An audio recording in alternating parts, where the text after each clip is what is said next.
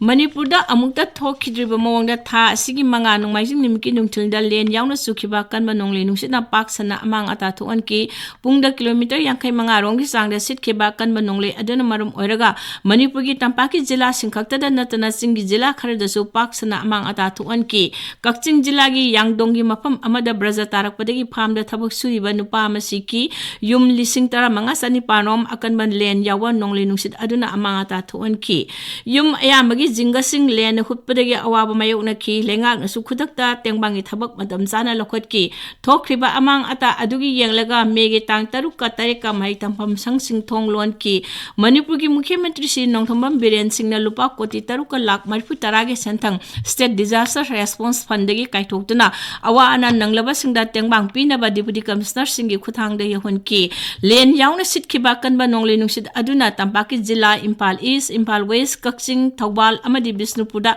yamna sathina amang ata thuan ki none na singba sing jilla kharadasu lena yumthak kupliba jinga hutokpa yum humdokhiba hauriba mahi marong phudaduna sauna amang ata thuan ki sing jilla khara yauna tampaki jilla ayambada pak sanna amang ata thokhiba handagi akanba len yawa nong nusit asi mamangda lamdam asida amukta thokhidriba mawongda karigi thoglok ibano haibasi lamdam sida leiba khunda minariba aikoi pumbana haujikti khanapam thokle lamdam sigi mahusagi leijaribo umang wamang upal wapal amari thawai pamba sa ochek pumbada khundariba aikoi miyoibana tahoidaba yamna tawrubugi mahi phangbani haidaba ngamloi Mukhyamantri nasu social media amagi posta Manipurda lising masamapan marfu taretagi lising ani kunmathoi phawbugi manungda square kilometer sanipan huputar taret ki umang mangle haina phongdok palai handaki Mahousana aikhoina pirak iba akanba warning asida aikoi pumna mangna gyan tana Mahousa lairembibu ngak selhaudrabadi sahi khargi manungda aikoi yamna asawa akanba cheitheng phangbadi soiroi malembi oina honglakliba enga sagi phibhamna ahingba jiba pambi khudingmakta asawa itil piduna akaiba kaya thoklingai cheraksida aigi iramdam aigi leibak isana khangna ngasidagi hona Mahousagi khalngaknawa anawa pambai thiba tangai phadre matangsida handakta thengnajarakba Japangi phibam khara ningsingdaba ngamdre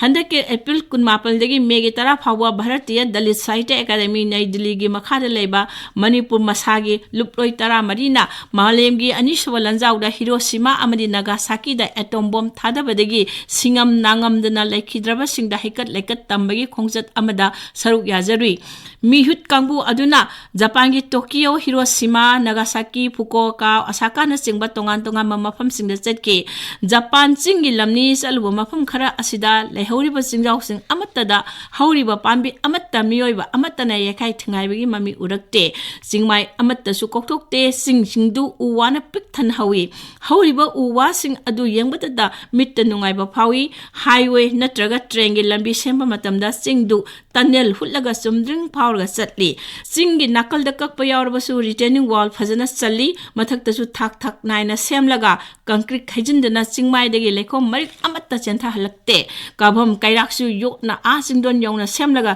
thammi sargi asawa lambida upul marik amada chenba ude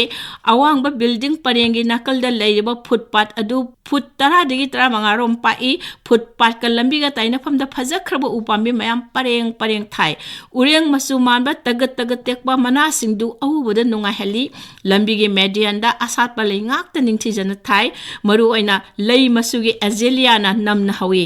nong churabasu lambida ising amata tungde ising chenthabam drain duda footpath amadi lambidagi slope piraga matomte chenthan ki Khungangdasu sahardasu uwa thaba sing pumnamak ningthijana ngak sendana phajana unbada natana pukning hu na phajahali sargi mapam kayada thabombi oinaba umong masa semdana thami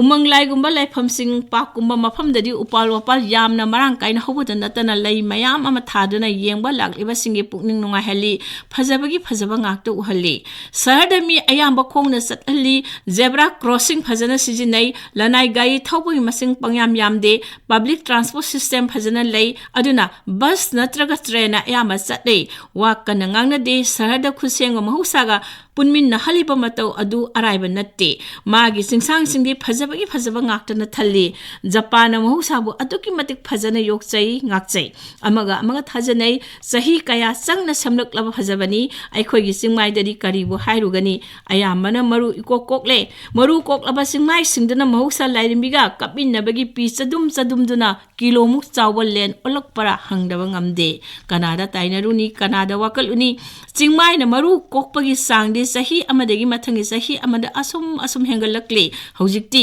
khanthaminaba matam yaure nongthaktagi ubada manipurgi chingdon kharadadi chawna lambi sembo ui masibu tahoiribra mahusa lairembigi koktonda asuk chawna kokthok pasigi mahedi aikhoi pumunmakta soidada pirakani matam charinga laksan haudrabadi sana laibak manipur matam khargi matungda kari oirakani hojik khanthaminaba thengmalle